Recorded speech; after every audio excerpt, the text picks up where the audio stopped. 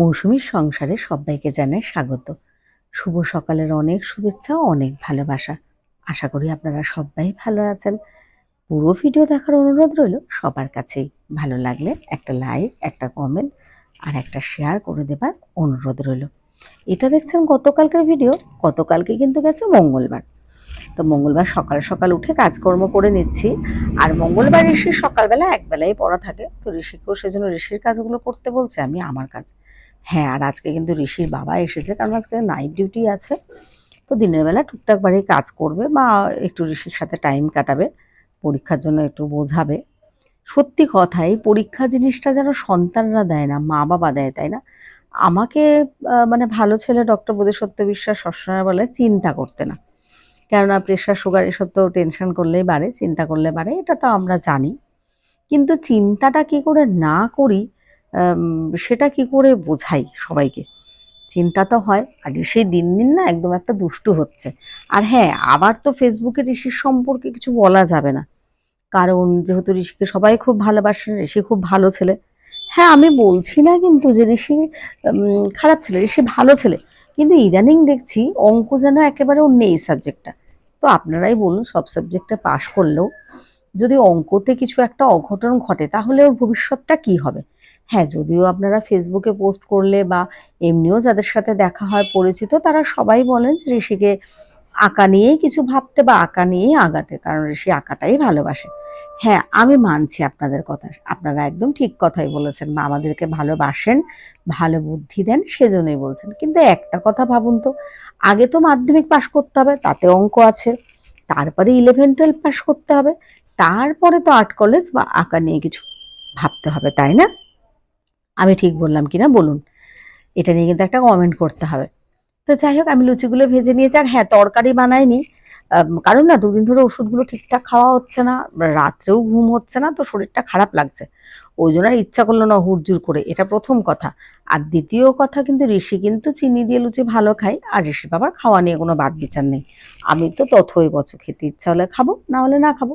আর আপনাদের রীতি সারানি তো এখন বিষয়পাড়াতেই থাকবে, মানে ওর মামা বাড়িতে, কারণ এখন আমাদের এখানে প্রচন্ড গরম জানেনই। এই ঘরে টিন, তাও তো পুরো ভেঙে চুরে পড়ে গেছে। আর ওই ঘরটা কিন্তু যেহেতু কোনো গুছানো নয়, মানে দালান একতলা, আরো গরম হয়। ঋষিকে একটু পড়তে বসালাম, আর বেশ সন্ধ্যা হয়ে গেছে, তো মাঝের ভিডিও আর কিছু নেইনি, যেহেতু দুপুরবেলা আবার আমরা ওই লুচি ওইগুলোই খেয়েছি। ময়দা যেহেতু অল্প একটু ছিল, ঋষির কাছে একটু ফোনটা ছিল পড়াশোনার জন্য, তো ঋষির বাবা একটু ময়দা নিয়ে আসলো, আবার মেখে গুছিয়ে ওইগুলোই খেয়ে নিয়েছি, ওই জন্য আর ভিডিও করিনি। সন্ধ্যাবেলা ঋষির বাবা বললো একটু চা খাবে, যদিও এই কাপটাতে কিন্তু আমিই চা খাই, এটাতে ঋষির বাবা খায় না, ঋষির বাবার আলাদা কাপ আছে, ও যে সাদা টাইপসের যে কাপগুলো হয় না, তো ওই ঘরে একেবারে নিয়ে যাচ্ছে, ওই ঘরে গিয়ে ভাগ করে খাবো, যদিও আমি সন্ধ্যাবেলা চা খাই না। এবার কেউ আসলে চা খেলে যখন বানাই তখন হয়তো একটুখানি অল্প একটু খাই, বা নাও খাই, ওরকম কোনো ব্যাপার নেই। সন্ধ্যা হয়ে গেছে কিন্তু এখন বেশ, আমাদের কালু সোনাও এসে বসেছে, আর বাইরে যে সন্ধ্যা হয়ে গেছে সেটাই আমি দেখালাম। দেখুন না, পড়া কত পণ্ডিতি ভাব, যেন বিশাল একবারে পড়াশোনা একটা পণ্ডিত। সারা বছর না পড়লে একদিন, মানে সারা দিনও যদি পড়ে তাতে কি হয়? যাক গিয়ে, এই ছেলেকে নিয়ে আমি আর পেরে উঠছি না।